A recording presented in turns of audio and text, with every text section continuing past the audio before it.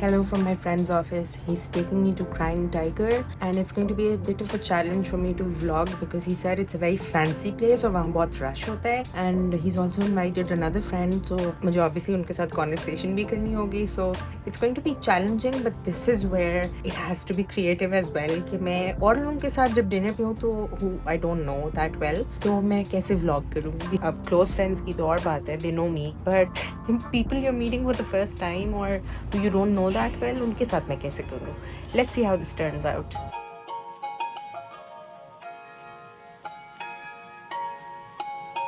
For some reason, Pakistanis love Thai food. I'm assuming it's because it's also super spicy and tangy, and the flavor profile and the palate is quite similar. So I'm guessing that's why we seem to love Thai food here in Pakistan. And in literally every big city of Pakistan, you will find Thai food. So Crying Tiger for me is a new restaurant in Karachi because even though I visit Karachi often, this opened after my last visit to Karachi. First glance, first impression, it was really fancy.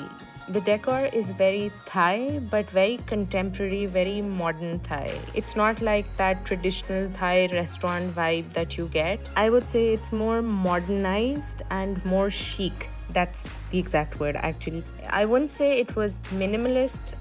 They definitely went for an all-out maximalist vibe, but it was very tastefully done. The upholstery, the wall hangings, the furniture, everything was very modern, but very Thai at the same time. Because this is the basement and there wasn't a lot of natural light, I'm assuming this place is also very dark and mysterious in the daytime as well. I would personally say this is more of a dinner restaurant vibe and not exactly a lunch restaurant vibe. You can go there for lunch, of course, but the mahal and the mood and the vibes that it would have at dinner time would definitely be more appropriate at night time.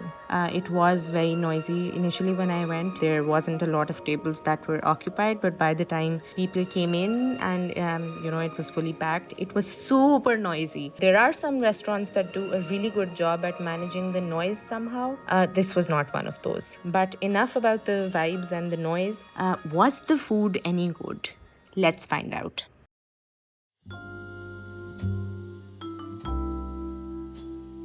So Crying Tiger has quite an extensive menu and they have pretty much everything you can expect from a Thai restaurant. Which is why I took my sweet time going through their menu, deciding what to order for everyone on the table. Because I was the guest visiting Karachi from Islamabad, everybody else just let me order. Just Pakistani hospitality things. Whenever someone else visits your city, you let them place the order. Anyway, so after discussing with the other stakeholders at the table, we settled on our order, which was Tom Yum Goong, green curry with prawns, Thai drunken noodles with chicken, steamed lime fish, and lastly, chicken cashew nut stir fry.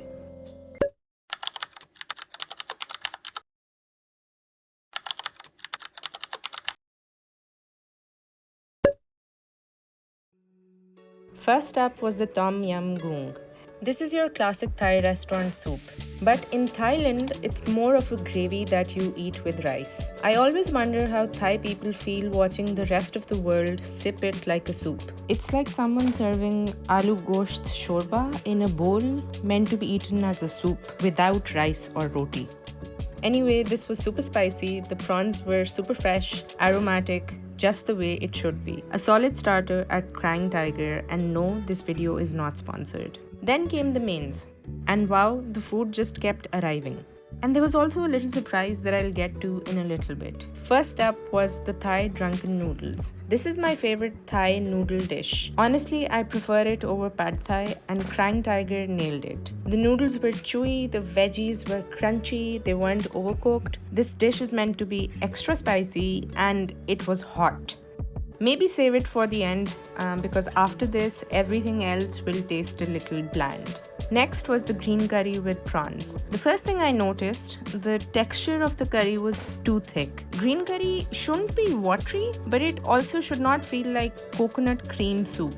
There were plenty of prawns, but not enough veggies, and I missed those tiny green Thai eggplants. I don't know what they're called. Those are my favorite. and I didn't find them in this. Unless maybe my friends stole them before I could dig in. The taste, however, was on point, very balanced.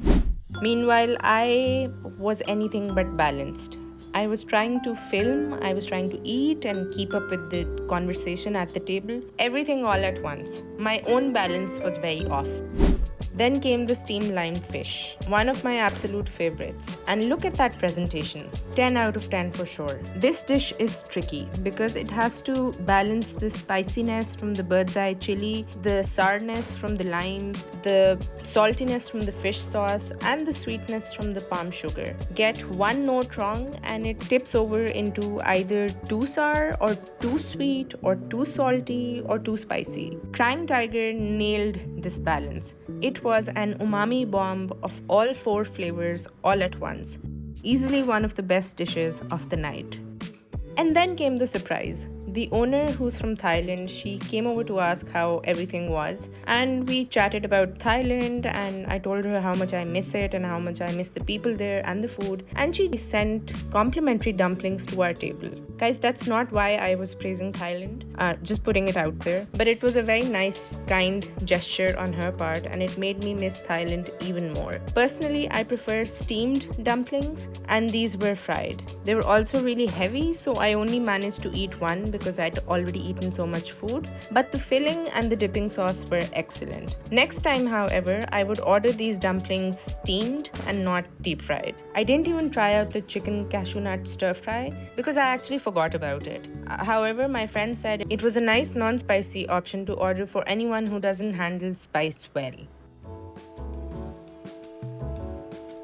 I ended up going for ice cream to this Korean shaved ice cream place called Bingsu at Nishat.